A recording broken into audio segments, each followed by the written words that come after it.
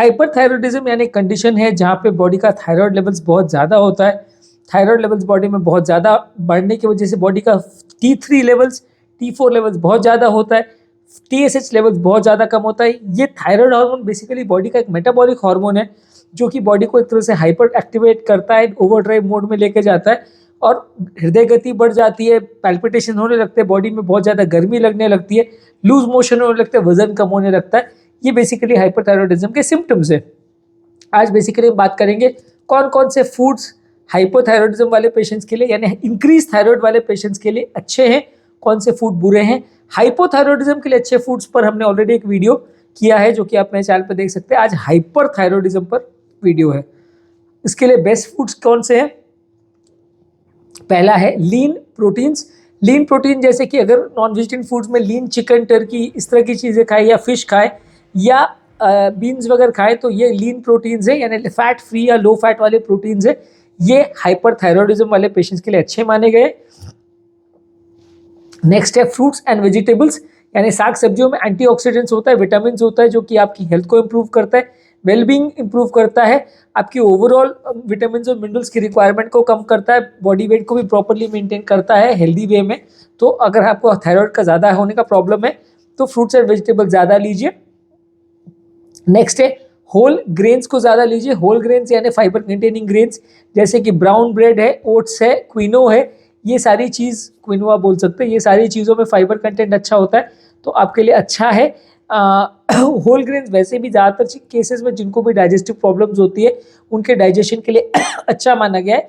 तो अगर जिसको भी थायराइड का प्रॉब्लम है, हाइपरथायरॉयडिज्म है, उनको होल ग्रेन्स लेना चाहिए।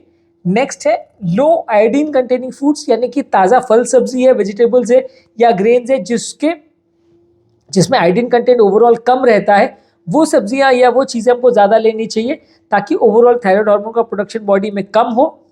और लास्ट चीज़ है कोई भी चीज़ अगर एल कार्निटीन एक अमीनो एसिड है वो अगर जिस भी चीज़ में ज़्यादा होता है तो ये थायराइड रिलेटेड सिम्टम्स को कम करता है। ये लीन मीट्स यानी फैट फ्री मीट्स में ज़्यादा रहता है, डेयरी प्रोडक्ट्स यानी दूध के से बने हुए प्रोडक्ट्स में ज़्यादा रहता है और कुछ सब्जियां जैसे एस्पैरागस और ब्रसेल्स स्प्राउट्स में ज़्यादा रहता है यानी चौलाई और ब्रसेल्स स्प्राउट्स में रहता है। तो ये सब्जी जिसमें एल कार्निटीन ज़्यादा होता है ये हाइपरथायरॉयडिज्म वाले पेशेंट के लिए सबसे अच्छे फूड्स माने गए। तो जिनको भी थायराइड लेवल्स बहुत ज़्यादा है उनको ये फूड्स लेने चाहिए। वर्स्ट फूड्स कौन से यानी सबसे खराब फूड्स कौन से हैं?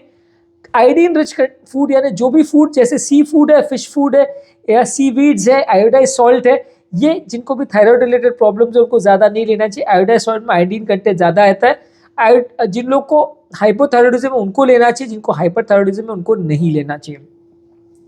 नेक्स्ट है कैफीन कंटेनिंग प्रोडक्ट्स। कैफीन से रिलेटेड बॉडी में ट्रेमर्स और पैल्पिटेशन होने का प्रॉब्लम बढ़ जाता है तो इसलिए चाय, कॉफ़ी, चॉकलेट्स या एनर्जी ड्रिंक्स जिसमें भी कैफीन बहुत ज़्यादा होता है वो थायराइड वाले पेशेंट्स को बहुत ज़्यादा नहीं लेना चाहिए, नुकसान करेगा, पैल्पिटेशन और अरिथमिया रिलेटेड प्रॉब्लम्स बढ़ जाएंगे। नेक्स्ट है शुगर और प्रोसेस्ड फूड्स नहीं लेना चाहिए। जो लोग को भी हाइपरथायरॉयडिज्म रिलेटेड प्रॉब्लम्स है उन लोग को बहुत ज़्यादा शुगरी फूड या शुगर कंटेनिंग चीज़ें या प्रोसेस्ड फूड्स, मैदे से बनी हुई चीज़ें या स्नैक्स, इस तरह की चीज़ें नहीं लेनी चाहिए, नुकसान करता है। नेक्स्ट है ग्लूटेन वाली चीज़ें। कुछ हाइपरथायरॉयडिज्म वाले पेशेंट को गेहूं ज़्यादा नहीं लेना चाहिए। ग्लूटेन का हाइपरथायरॉयडिज्म वाले पेशेंट्स पे थोड़ा सा इंटॉलरेंस होता है इसलिए उनको डाइजेस्टिव इश्यूज हो सकते हैं, उनको बहुत ज़्यादा कमजोरी और सुस्ती हो सकती है, इसलिए गेहूं से बनी हुई चीज़ें या जो भी चीज़ों में ग्लूटेन ज़्यादा होता है वो सारी चीज़ें नहीं लेनी चाहिए। लास्ट चीज़ है सोया नहीं लेना चाहिए। सोया प्रोटीन जो है वो थायराइड फंक्शन के साथ इंटरफेयर कर सकता है, इसलिए इसको पूरा बंद नहीं है लेकिन बने इतना कम मात्रा में लीजिए, बहुत ज़्यादा मत लीजिए। थोड़ा सा मात्रा में लेंगे तो फ़ायदा करेगा, बहुत ज़्यादा मात्रा में लेंगे तो नुकसान करेगा। यानी अच्छे फूड्स में lean proteins, fruits and vegetables, whole grains, low iodine containing products और फूड्स जो एल कार्निटीन में अच्छे हैं उनको लेना चाहिए। वर्स्ट फूड्स में कोई भी आयोडीन कंटेनिंग फूड्स है, आयोडाइज सॉल्ट है, कैफीनेटेड प्रोडक्ट्स है, शुगर एंड प्रोसेस्ड फूड्स है, ग्लूटेन है और सोया कंटेनिंग प्रोडक्ट्स है, ये सारी चीज़ें आपको नहीं लेना चाहिए। तो आज हमने बात की कौन कौन से फूड प्रोडक्ट्स थायराइड वाले पेशेंट जिनको हाइपरथायरॉयडिज्म है उसमें लेनी चाहिए, कौन से फूड प्रोडक्ट नहीं लेने चाहिए। यदि इस टॉपिक को संबंधित आपकी कोई कमेंट्स, कोई सजेशन है, कोई और टॉपिक्स पर आप चाहते हैं वीडियोस बनाए, कोई पेशेंट रिलेटेड क्वेरीज है तो नीचे कमेंट सेक्शन में उनके बारे में बताइए, हम उन्हें कवर करने का प्रयास करेंगे। अंत में मैं डॉक्टर नवीन अग्रवाल तहे दिल से आपका शुक्रिया अदा करूँगा, आपने इस टॉपिक को एंड तक देखा। जो लोग हमारे चैनल पे नए हैं उन्हें रिक्वेस्ट करूंगा कि चैनल को सब्सक्राइब करें। ऐसा करने से चैनल को कंटिन्यू करने के लिए हमें मोटिवेशन और इंस्पिरेशन मिलती है, और जब भी हम कोई नया कंटेंट अपलोड करते हैं या कोई यूट्यूब लाइव सेशन करते हैं तो आपको उसका नोटिफिकेशन तुरंत मिल जाता है।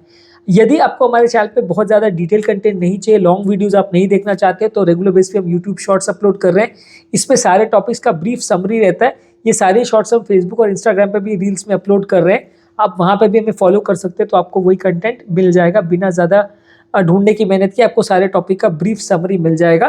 जो लोग हमारे चैनल पे बहुत ज़्यादा वीडियोज़ है ढूंढने में दिक्कत हो रही है, तो उनके लिए हम रेगुलर बेस पे सारे टॉपिक्स को प्लेलिस्ट में डिवाइड कर देते हैं। प्लेलिस्ट में आपको बीपी, शुगर, कोलेस्ट्रॉल और हार्ट रिलेटेड सारा जो भी कंटेंट है अलग अलग प्लेलिस्ट में डिवाइडेड मिलेगा। इनका लिंक मैं डिस्क्रिप्शन बॉक्स और कमेंट सेक्शन में छोड़ दे रहा हूँ। स्पेसिफिक प्लेलिस्ट पर आप जाएंगे और वहाँ क्लिक करेंगे तो आपको जो भी टॉपिक चाहिए उससे रिलेटेड वीडियोस मिलेंगे और आपको ज़्यादा ढूंढने की मेहनत नहीं करनी पड़ेगी।